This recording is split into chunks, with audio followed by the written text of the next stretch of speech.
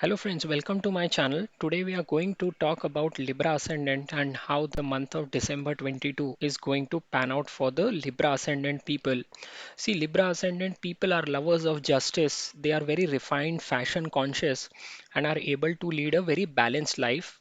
In all the zodiac signs that we have, Libra is the most balanced sign.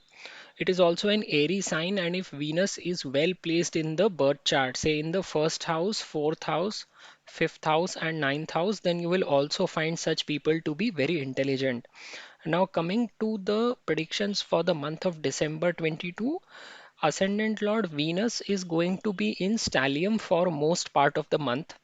It will be in the third house of courage, efforts, and short term travel. So, you will get an opportunity to enjoy life with your younger siblings in this month. Any kind of a short term traveling that you would do will be very beneficial for you.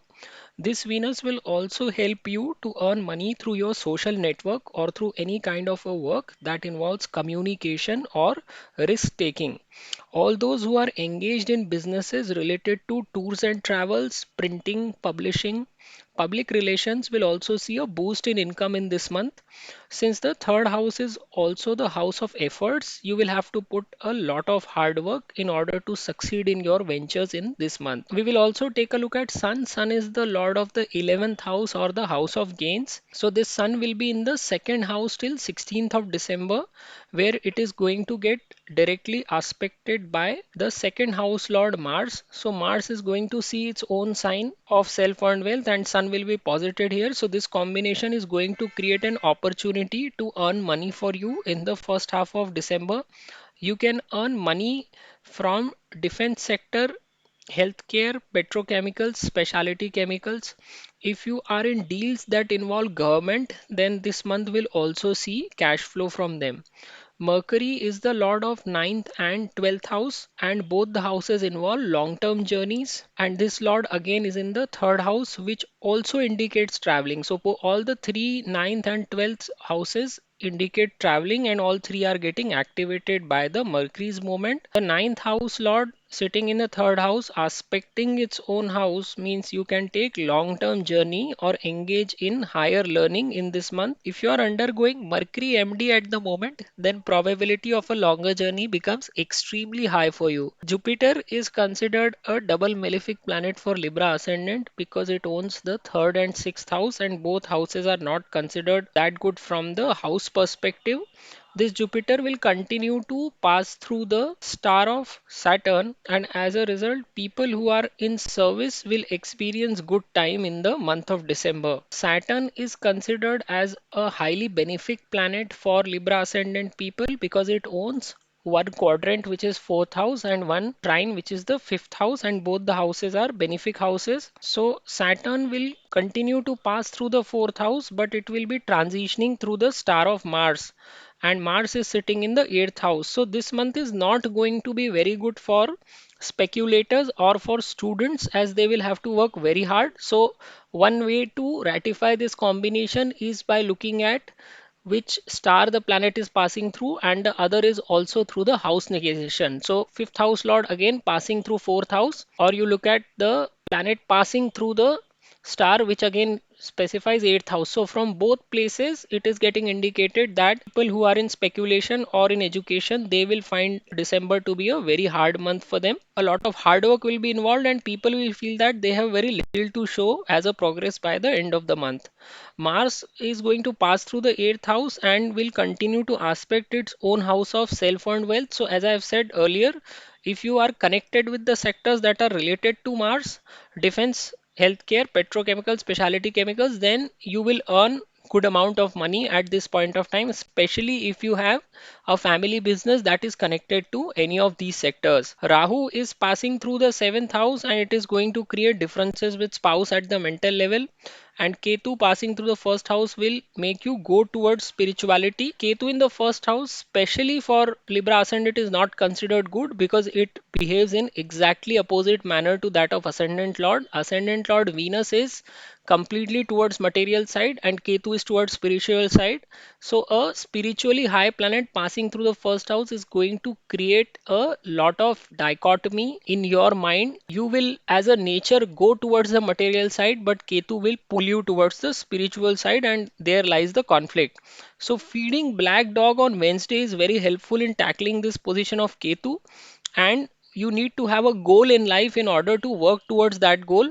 Otherwise, Ketu will continue to create a dissatisfaction in life in general for you. Now, there are certain dates when you need to watch out for in the month of December, and these are the dates when Moon passes through your 6th, 8th, and 12th house. Libra ascendant people, these dates are 2nd and 3rd of December, 7th to 8th of December, 17th and 18th December, and 30th and 31st of December. Just be cautious for these 8 days and avoid taking any key decisions. If you look overall, the placement of planets is pretty good in the month of December. So this month is all about making a lot of effort because the majority of the energies of planets are situated in the third house of effort, courage, or travel.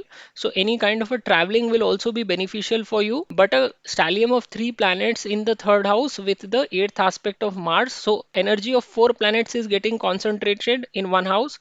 So the more effort you make, the more benefits you are going to reap. The gains that you are going to obtain is will be in the direct proportion to the amount of effort that you make. So that's the summary for you for this month, and I would request you to subscribe to my channel if you have not already done so, and thank you very much for watching this video. नमस्ते दोस्तों, मैं प्रसाद जोशी अपने channel में आपका स्वागत करता हूं। आज हम जानने का प्रयत्न कर रहे हैं कि तुला लग्न वालों के लिए दिसंबर 2022 का महीना कैसे निकलेगा। देखिए, जो भी तुला लगने के लोग होते हैं ये बहुत ही शालीन लोग होते हैं, बहुत सोफिस्टिकेटेड जिन जनता जिसको हम कहते हैं उसमें तुला लगने के लोग आते हैं।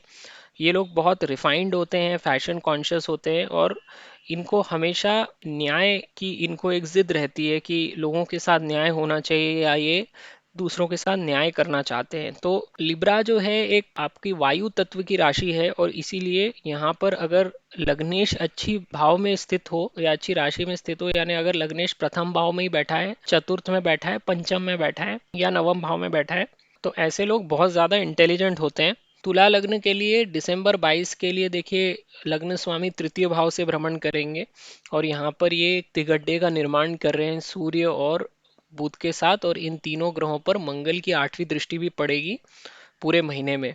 तो जब भी लग्नेश तृतीय भाव में जाता है, और तृतीय भाव आपका करेज का है, आप कितना एफर्ट कर सकते हैं, मेहनत कर सकते हैं, उसका स्थान है, शॉर्ट टर्म ट्रैवल का स्थान है। तो यहाँ पर आपको मौका है एक अपना, जो भी छोटे भाई बहन हैं उनके साथ आप अपनी लाइफ एंजॉय कर सकते हैं दिसंबर के महीने में। अगर आप कोई भी शॉर्ट टर्म ट्रैवलिंग करते हैं इस महीने में, तो वो भी आपके लिए बहुत लाभकारी सिद्ध होगी। देखिए, यहाँ पे बैठ के वीनस आपको एक मौका देता है सोशल नेटवर्क से पैसे कमाने का, या कोई भी तरह का काम जिसमें कम्युनिकेशन है या कोई भी रिस्क टेकिंग है, उस तरह के काम में भी आप पैसा बना सकते हैं दिसंबर के महीने में।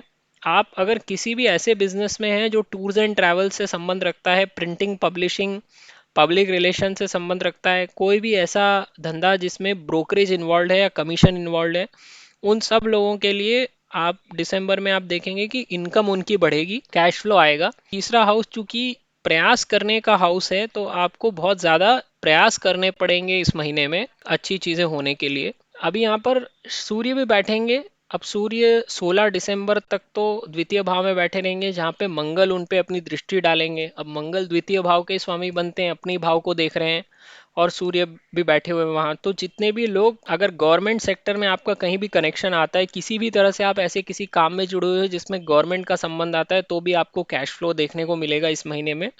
और अगर आप डिफेंस सेक्टर से जुड़े हुए हैं, हेल्थ केयर सेक्टर है, पेट्रोकेमिकल स्पेशलिटी केमिकल्स का सेक्टर है, तो उसमें भी आपको इस महीने में काफ़ी आमदनी बढ़ती हुई दिखेगी। बुध 9वें और 12वें भाव के स्वामी और वो तृतीय भाव में बैठे हुए हैं, तो तीनों भाव जो जिनसे आप ट्रैवल देखते हैं, 9वें और 12वें भाव से आप लंबी दूरी की यात्रा देखते हैं, तृतीय भाव से आप छोटे दूरी की यात्रा देखते हैं। तीनों यात्रा के भाव एक्टिवेट कर रहा है बुध। अगर आपका महादशा चल रहा है बुध का, तो आपकी जर्नी होनी होनी है इस महीने में, लंबी छोटी वो तो डिपेंड करता है किस तरह का आप ट्रैवल करना चाह रहे हैं, लेकिन यात्रा तो जरूर होगी। एक और जो बात है कि नवम भाव का स्वामी अपने ही भाव को देख रहा है, तो ये भी आपका एक तरह से इवोक करता है यात्रा पे जाने का भाव। लेकिन जिनकी बुध की महादशा है उनकी तो बहुत ज़्यादा ट्रैवलिंग की संभावना रहेगी इस महीने में। अगर आप कोई भी छोटा भी ट्रैवल करते हैं तो वो भी आपके लिए काफ़ी लाभकारी सिद्ध होगा। गुरु छठवें भाव से ही भ्रमण करते रहेंगे। देखिए, गुरु सबसे हानिकारक प्लैनेट हैं तुला लग्न के लिए, क्योंकि एक तो वो लग्नेश शुक्र के कट्टर शत्रु हैं, और दूसरा जो भाव के वो स्वामी हैं, तृतीय भाव और छठवां भाव, वो भाव भी कुछ खास अच्छे नहीं कहलाते हैं। तो यहाँ पर गुरु दिसंबर के महीने में भी शनि के ही नक्षत्र से गुजरता रहेगा, तो जितने भी लोग सर्विस सेक्टर में हैं उनके लिए महीना में अच्छा समय गुजरेगा। कार्यस्थल पे भी उनको अच्छे परिणाम देखने को मिलेंगे। शनि तुला लग्न के लिए योग कारक होता है, क्योंकि वो चतुर्थ और पंचम भाव का स्वामी है। एक केंद्र एक त्रिकोण, दोनों ही भाव बहुत अच्छे कहलाते हैं। शनि मंगल के नक्षत्र से भ्रमण करेगा जो अष्टम भाव में बैठा हुआ है, और अगर आप इसे दूसरे तरीके से देखें तो पंचम भाव का स्वामी भी चतुर्थ भाव से गुजर रहा है। तो जितने भी लोग शेयर बाजार सट्टे से संबंध रखते हैं उनको दिसंबर का महीना बहुत भारी पड़ेगा। अगर वो किसी भी तरह का इन्वेस्टमेंट करते हैं तो इस चीज़ से आप सावधान रहिए। अगर आप बाकी भी काम करते हैं जिनका संबंध पंचम भाव से आता है, यानी एजुकेशन में सेक्टर हो गया, या किसी भी तरह का आर्ट से रिलेटेड काम हो गया, फिल्म इंडस्ट्री के लोग हो गए, इन सब के लिए भी दिसंबर का महीना मुश्किल भरा रहेगा, क्योंकि जो राशि स्वामी है वो भी अष्टम भाव को जगाएगा और वो स्वयं भी 12वें भाव में भ्रमण कर रहा है, पंचम से 12वां। तो दोनों ही एंगल से अगर आप देखेंगे तो इनके लिए समय मुश्किल है। जितने भी लोग यहाँ पर सट्टे बाजार से संबंध रखते हैं, एजुकेशन से संबंध रखते हैं, इन लोगों को मेहनत बहुत करनी पड़ेगी, और आखिर में इनके पास प्रोग्रेस के रूप में दिखाने के लिए बहुत कम चीज़ें बचेंगी।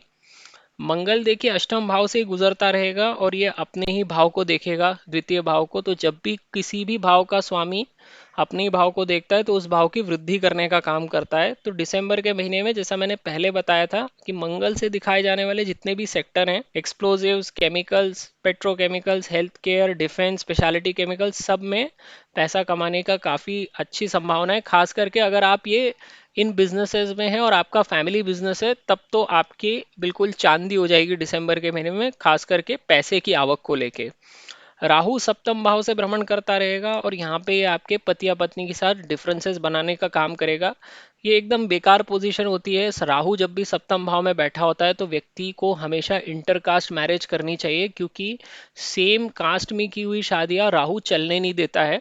मेरा पर्सनल अनुभव है बहुत सारी कुंडलियां देखने के बाद कि इस तरह का राहु, अगर आप फॉरेनर से शादी करते हैं या किसी भी ऐसे व्यक्ति से शादी करते हैं जो आपकी जात का ना हो, तभी राहु उस शादी को चलने देता है, नहीं तो फिर ये आपस में डिफरेंसेस क्रिएट करके वो शादी को तोड़ देता है।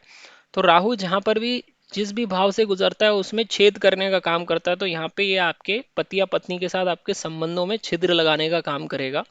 इसके विपरीत केतु आपके प्रथम भाव से गुजर रहा है। केतु है एक स्पिरिचुअल प्लैनेट।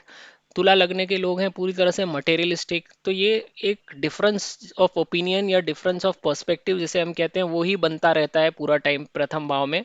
व्यक्ति तो जान चाहता है मटेरियलिस्टिक साइड में जाना, केतु उसको खींचता है स्पिरिचुअल साइड में। तो इसके बचने के दो ही उपाय हैं। एक तो आप काले कुत्ते को हर बुधवार को खाना खिलाइए रेगुलर बेसिस पे, हर वीक पे। और दूसरा, अपने लिए गोल सेट कीजिए, क्योंकि केतु हर चीज से डिटैच करता है, तो व्यक्ति को जहां पर भी जाने की या जो कुछ भी करने की लालसा होती है उसको खत्म कर देता है। तो आपके पास अगर एक गोल होगा, एक टाइम बाउंड गोल जिस पर आप फोकस करके काम कर सके, तो ही फिर आप इस केतु के प्रभाव से बच सकते हैं। नहीं तो फिर ये व्यक्ति को बहुत परेशान करता है और उसको अपमान भी करवाता है लोगों के सामने। तो अब ऐसे कुछ दिन होते हैं महीने में जब व्यक्ति को सावधान रहना चाहिए। ये मैं हर महीने में बताता हूँ। ये वो दिन है जब चंद्र आपके 6, 8 और 12 स्थानों से निकलता है। तो दिसंबर के महीने में जब आप लोगों को सावधान रहना है, वो दिन है 2 और 3 दिसंबर, 7 और 8 दिसंबर, 17 और 18 दिसंबर और 30 और 31 दिसंबर, इन दिनों में आप सावधान रहिए और कोई भी की डिसीजन लेना आप टालिए। अगर आप ओवरऑल देखेंगे तो इस महीने में तीसरे भाव में 3 ग्रह एक्टिवेट हो रहे हैं और मंगल की 8वीं दृष्टि पड़ रही है, तो 4 ग्रहों की एनर्जी आपके तीसरे भाव में समा गई है। तो तीसरे भाव से जुड़ा हुआ व्यवसाय हो गए, उन सब में अच्छा परिणाम। और अगर आप एफर्ट करते हैं बहुत ज़्यादा, क्योंकि तीसरे भाव से एफर्ट भी दिखाए जाते हैं, तो आप जितने एफर्ट करेंगे उससे ज़्यादा आपको रिवॉर्ड मिलेगा दिसंबर के महीने में। तो ये आपकी समरी है इस महीने की। आपको मेरा वीडियो पसंद आए तो मेरे चैनल को ज़रूर सब्सक्राइब कीजिए, और ये वीडियो देखने के लिए आपका बहुत बहुत धन्यवाद।